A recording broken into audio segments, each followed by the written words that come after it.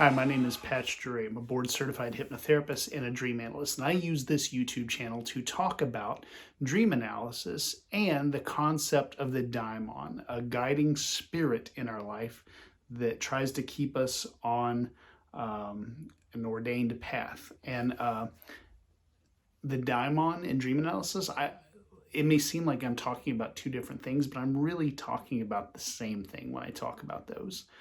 But today I've been thinking about who is worthy of interacting with their daimon. And here's what I mean by that. I've drawn the correlation in these videos between the daimon and the holy guardian angel.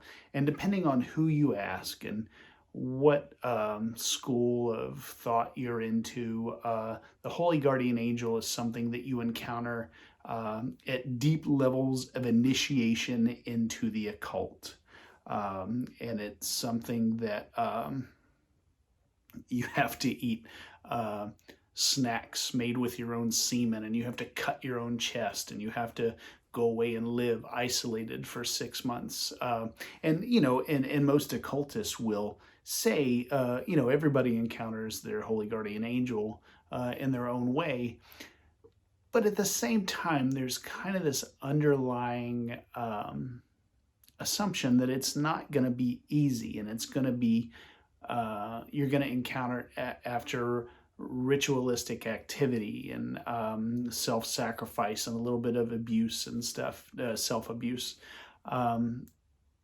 And that may be true. If you're looking for the thelemic Crowleyan ceremonial magic interaction with the holy guardian angel, like knowledge and conversation, that may be true. You may need to do all those things. But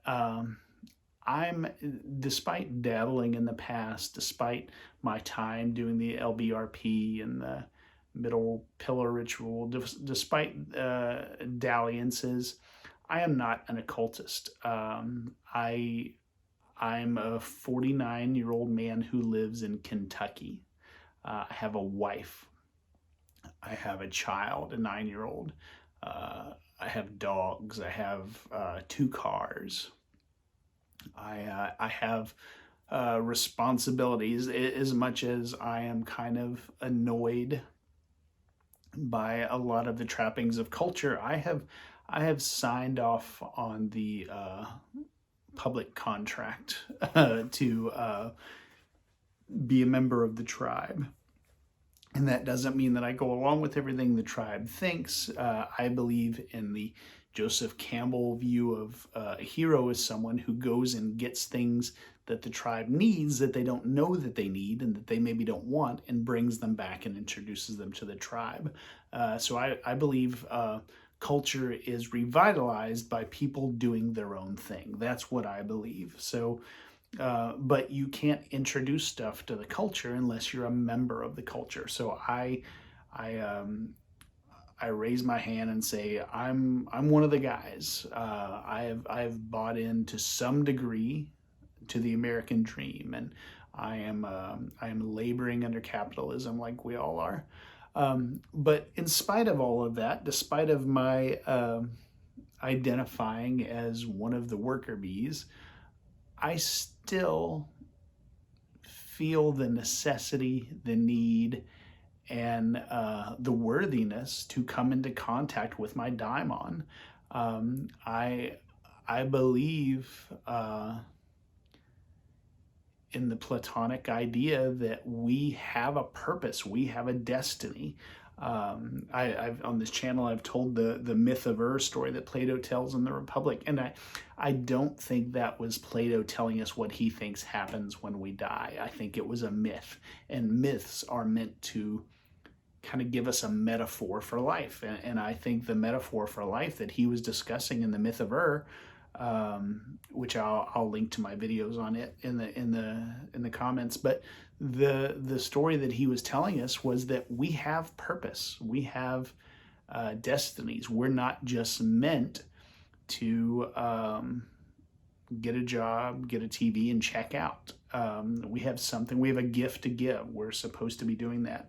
And so this video, I guess, is my encouragement to you. If you don't identify as an occultist, if you don't feel like, if you don't own any robes or daggers, but you're still interested in the idea of what is my true will, what do I want, what can I bring to this world, then there is room for you under the umbrella of the Daimon. You can come into contact with it. And I think the two easiest ways to come into contact with it are, one, learning to analyze your dreams. And that's why I'm so passionate about talking about dreams here and other places. And the other thing is just paying attention to what you're interested in, what you're motivated by, and what you're skilled at. I believe those are clues, those are breadcrumbs left by the Daimon so that you make it back to the life that you're supposed to be living.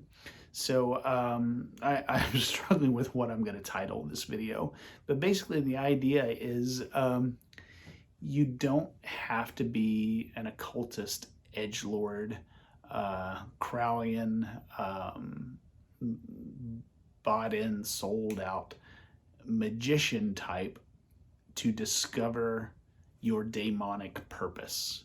There is a reason you are here. There is a way that you can, Joseph Campbell said, the influence of a vital person vitalizes. And so the image there is ripples. So you hit the water, you make a ripple, it creates other ripples.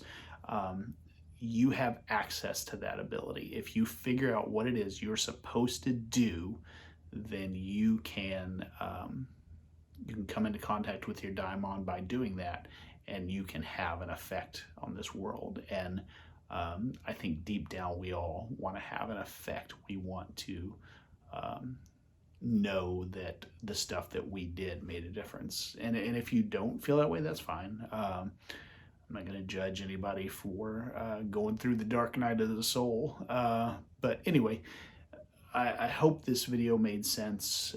If it did, why don't you tell me in the comments? Say, hey, right on, I get it, I'm with you. Or if it didn't, be like, fuck off, man, you're an idiot. I've been called much worse today. So anyway, thanks for watching, guys.